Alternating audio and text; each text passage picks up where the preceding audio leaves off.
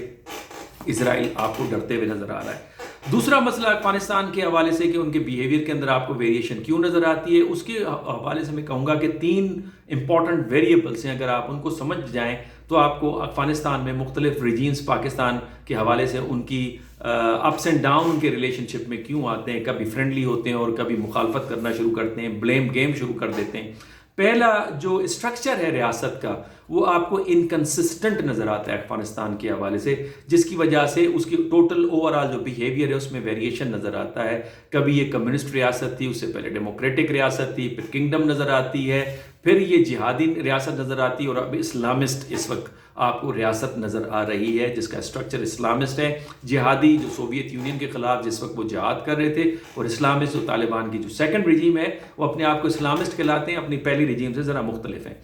دوسرا امپورٹنٹ جو فیکٹر ہے وہ ریاست کا، افغانستان کا ایز اے ریاست اس کی جو نیچر ہے اس کے اندر اگر آپ جھانک کے دیکھیں تو یہ اس کی بناوٹ ہی آرٹیفیشل آپ کو نظر آتی ہے، چونکہ یہ بفر زون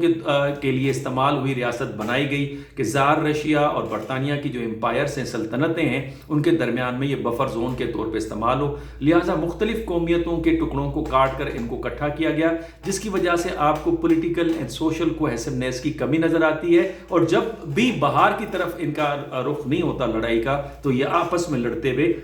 آپ کو زیادہ نظر آتے ہیں۔ تیسرا نفسیاتی طور پہ اگر آپ اس کو غور سے دیکھیں، چونکہ یہ پوری قوم سنس 1979 حالت جنگ میں رہی ہے تو لہٰذا جنگ کی ان کو عادت پڑ گئی ہے، لہٰذا جب جنگ نہیں ہوتی تو ہر کسی کو باہر سے آنے والے کو وہ ایلین کے طور پہ لیتے ہیں، چونکہ ماضی میں انہوں نے سوویت یونین کو نکالا اور اس سے پہلے زار رشیا کے ساتھ وہ نبرد آزما ہوئے، برطانیہ کی امپائر کے ساتھ نبرد آزما ہوئے، الائیڈ فورسز کا اس وقت انہوں نے 20 سال جنگ لڑی، تو حالت جنگ میں رہنے کی وجہ سے جو ان کی نفسیات ہے اس میں وہ ہر کسی کو ایلین کے طور پہ دیکھتے ہیں اور ان کو ٹالریٹ کرنے سے ٹالریٹ نہیں کرتے اور اس کو اینیمی کے طور پہ لیتے ہیں، تاکہ ان کو لگتا ہے کہ کنسسٹنٹلی انٹروین ہوتا رہا ہے ملیٹریلی، تو شاید یہ جو ایلینز ہیں یہ بھی کہیں ہمارے اندر انٹروینشن نہ کریں، تو لہٰذا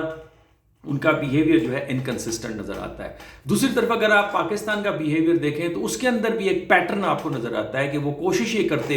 کرتا ہے کہ افغانستان کے ساتھ اس کے فرینڈلی ریلیشن شپ ہو، اور اس کے بھی there are number of factors. پہلا factor, Pakistan two front war یا ٹو فرنٹ اینیمی نہیں چاہتا، وہ چاہتا ہے کہ اس کا جو ویسٹرن بارڈر ہے وہ اسٹیبلائز ہو تاکہ وہ ایسٹرن بارڈر کے اوپر کنسنٹریٹ کر سکے۔ دوسرا امپورٹنٹ فیکٹر جو پاکستان جس نظریے کے بنیاد پہ وجود میں آیا وہ اسلامی نظریہ ہے، لہٰذا اسلامی نظریے کے مطابق یہ برادر مسلم کنٹری ہے، لہٰذا اس لیے اس سے فرینڈلی ریلیشن شپ چاہتے ہیں۔ تیسرا، ثقافتی طور پہ اور تاریخی طور پہ پاکستان کی جو KPK ہے اور بلوچستان کے جو پشتون ہیں وہ تاریخی طور پہ کلچرلی ایک دوسرے کے ساتھ کنیکٹڈ ہیں، ایک دوسرے سے شادیاں آنا جانا، لہٰذا وہ ایک امپورٹنٹ ویریبل ہے۔ اور چوتھا، ماضی میں اگر دیکھیں اور کرنٹ سچویشن میں بھی دیکھیں تو اکنامک ٹریڈ اس علاقے کی تاریخی طور پہ بھی اور موجودہ دور میں بھی ٹریڈ کے ذریعے سے یہ علاقے آپس میں کنیکٹڈ رہے ہیں، اور چونکہ لینڈ لاکڈ ہے افغانستان تو سانس لینے کی جگہ جو ہے وہ پاکستان ہے، پاکستان کے تھرو ٹریڈ کرتا ہے، اور یہی اس کا ثبوت آپ کو نظر آتا ہے کہ چاہے وہ 1979 کی سوویت انٹرونشن ہو یا 2001 کے بعد جو الائیڈ فورسز کا اٹیک تھا افغانستان کے اوپر اور 20 سال کی جنگ تھی، اس میں جتنے بھی افغانستان سے لوگ آئے، پہلے 3 ملین آئے اور بعد میں لیٹر آن دوسری جنگ کے اندر 1-2 ملین اور آئے، تو 4-4.5 ملین لوگوں کو 20-22 سال سے ہم نے یہاں پہ ان کی مہمان نوازی کی، بلکہ 42 سال سے ہم ان کی میزبانی کرتے رہے۔ اب یورپ کو اور ویسٹ کو یہ درد اٹھ رہا ہے کہ جناب ہیومنیٹیرین جو ہے وہ یہ پرابلم ہے، ان کو آپ جو انخلا کر رہے ہیں انلیگل امیگرنٹس کو، یہ آپ نہ کیجئے۔ ویسے میرا سوال یہ ہے کہ $34 بلین آپ نے اس پہ خرچ کیا ہے کہ انلیگل امیگرنٹس آپ کے ملک کے اندر نہ آئیں. اگر یہ $34 بلین اس میں سے $1-2 بلین آپ افغانستان میں اور افغانستان جیسے ممالک میں کرتے تو کبھی بھی یہ امیگرنٹس آپ کے ملک میں نہیں آتے اور آپ کو درد سر نہیں پڑتا. اور جس طرح کی آپ اسرائیل کو وار میں سپورٹ کر رہے ہیں جس سے فلسطینین کی ڈسپلیسمنٹ ہوئی ہے، یہی آپ کی حرکتیں سیریا کے کیس میں تھی، لیبیا کے کیس کے اندر تھی، عراق اینڈ افغانستان کے کیس کے اندر تھی. تو وہ لوگ پھر کہاں جائیں گے؟ اس کا ڈومینو ایفیکٹ آپ پہ آئے گا. وہ لوگ پھر آپ ہی کی طرف رخ کریں گے چونکہ وہ زیادہ اسٹیبل اور معاشی طور پہ زیادہ پراسپیریس علاقے ہیں، تو وہ آپ ہی کی طرف آئیں گے. پھر آپ کو پیٹ میں درد اٹھتا ہے. ان کو آپ روکنا چاہتے ہیں لیکن پاکستان کو آپ کہتے ہیں ہیومینیٹیرین گراؤنڈ کے اوپر آپ ان کو سنبھال کے رکھیں. آج کے لیے یہی، اجازت دیجیے. اللہ حافظ.